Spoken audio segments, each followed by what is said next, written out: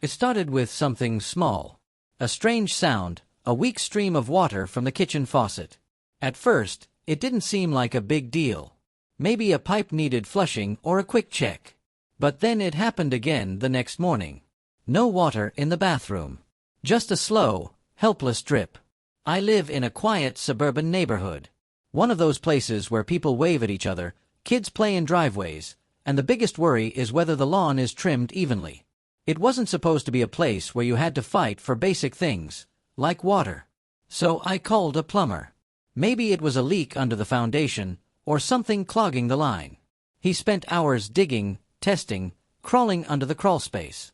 When he came back up, his face was confused. He shook his head slowly. "Your water line's been cut," he said. "Not damaged, cut.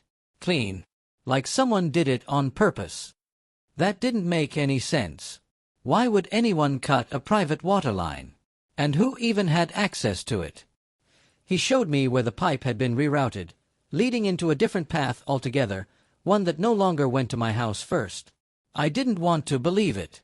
I thought, maybe it was a mistake. Some kind of city construction mix-up or maintenance error. But it wasn't. The new path led to a freshly paved strip that ran through a common area controlled by the Homeowners Association, our lovely, always smiling HOA. I called them. No answer. I emailed. No reply. So I went to the next meeting. Those monthly HOA meetings that nobody really takes seriously, until something goes wrong. The room was full of polite faces and cheap coffee. When I brought up the water issue, I expected confusion. Maybe some gasps or apologies. But no. The response I got was chillingly calm. One of the board members, a man in his late 50s with thin glasses and a thicker ego, simply said, "We had to reroute a few lines for the new landscape plan. It was in the newsletter." Newsletter. I checked every issue. Nothing. No mention of pipe rerouting. No request for permission. And definitely no warning that my water would be cut off in the middle of the night. I pushed harder. Asked why they didn't notify me personally. His response: "It's within our rights under the Community Development Code." I felt the heat rise in my face. Not because of the water issue, but because of how casually they dismissed it. Like it was nothing. Like my home didn't matter. I looked around the room, hoping for someone to back me up. Some neighbor to say, "Yeah, that's wrong." But all I got were uncomfortable glances and nervous sips of lukewarm coffee. That night, I sat in the dark living room with a single lamp on and a cold cup of tea. The air felt heavier. I realized something important. This wasn't about water anymore. It was about control. They had decided to take something that wasn't theirs. And they expected me to accept it, quietly. But I've never been good at doing what I'm told. I started digging. Not just through plumbing plans, but public records. I went through zoning maps, water district ownership documents, legal codes, anything that could tell me who really controlled the water infrastructure in our area. That's when I discovered something unexpected. The utility company that serviced our entire community wasn't a government-run service. It was privately owned, small, regional, and just barely staying afloat. That was the crack in the wall. I scheduled a meeting with the company's owner. He was an older gentleman who'd been running it since the 80s. He wore a faded blue shirt and smelled like pipe tobacco. After an hour of polite conversation, I asked a question that changed everything. What would it take to buy the company? He laughed at first. Thought I was joking. But I wasn't. I told him what happened. The rerouted line. The arrogance. The dismissal. I didn't tell him I wanted revenge, because it wasn't just that. I wanted protection, ownership, power, and maybe, just maybe, a little payback. He sat back in his chair. Said he never thought someone like me, a regular homeowner, would care enough to want to say in something so boring as water infrastructure. But he liked that. 2 months later, after dozens of emails, signatures, legal checks, and one wire transfer that drained almost every investment I had, I owned the utility company. But that's not where the story ends. That's where it begins. Because when the next HOA bill went out, it included a surprise. Not from them to me, but from me to them. And that's when things got really interesting. The next HOA meeting was different. I wasn't there to complain. I wasn't there to ask for anything. I was just watching. They didn't know yet. None of them had read the updated service agreement. None of them knew that their cozy little neighborhood was no longer getting water from some faceless provider.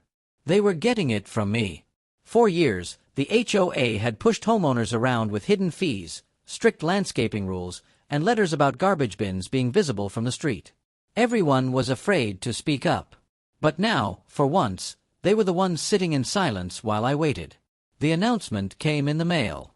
Simple, clean, official. Due to changes in ownership and infrastructure operations, the water rates for all non-residential properties, specifically HOA-managed facilities, will be adjusted to reflect current market demands. In smaller print, triple the cost. Effective immediately. I didn't touch the residential rates. I didn't raise a dime on regular homes. This wasn't about punishing families. It was about holding power accountable. The HOA had classified their office, irrigation, and clubhouse as commercial utility usage. So they got the new rate. I could imagine the reaction when they read it. Anger. Shock. Maybe a flurry of emails sent with shaking hands. But I wasn't worried. Everything was legal. Everything was documented. The following week, I got the first call. It was the same board member, the one with the glasses and the smug tone. But this time, he wasn't smug. There seems to be a billing error, he said, trying to sound calm. Our water rates have changed. I kept my voice steady. No error. Just new ownership. Silence. We'd like to discuss this. In person. I almost laughed. Suddenly they wanted to talk. Suddenly it was important. I remembered standing in that room, begging for answers while they sipped coffee and gave me scripted lines from a community handbook. Now they wanted a meeting. So I gave them one. We sat in a quiet office, not far from the HOA headquarters. They looked nervous. Like kids waiting for a punishment they knew they deserved. And for a moment, I almost felt bad. But then I remembered the days I had no water. The frustration. The helplessness. The look in their eyes when they told me it was within their rights. They asked if there was anything I could do. If I'd be willing to reconsider. I leaned forward and said, I did reconsider. That's why I didn't raise the rates for anyone else. They didn't argue. They didn't threaten. They just nodded. Because for the first time, they weren't in control. And they knew it. The funny thing is, I didn't expect the neighborhood to notice. I thought it would just be a silent shift, numbers on a paper, water flowing the same way it always had. But word got around fast. First it was whispers between neighbors. Then it became full-on curiosity. People started stopping me on walks, asking if it was true. Did I really own the water company now? Some of them looked impressed. Others looked confused. A few looked concerned. I heard you raise the rates, one man said, his voice tight with suspicion. That true? I nodded. Only for the HOA. He paused, then smirked. Good. Turns out, I wasn't the only one fed up. Years of strict fines, petty rule changes, and cold meetings had quietly worn people down. They just didn't know what to do about it, until someone did something drastic. But not everyone saw it that way. There were emails. A few angry letters. One anonymous note shoved in my mailbox calling me a dictator with a checkbook. It stung, even if I didn't show it. Because the truth is, I wasn't out for revenge. Not at first. I just wanted my water back. My rights respected.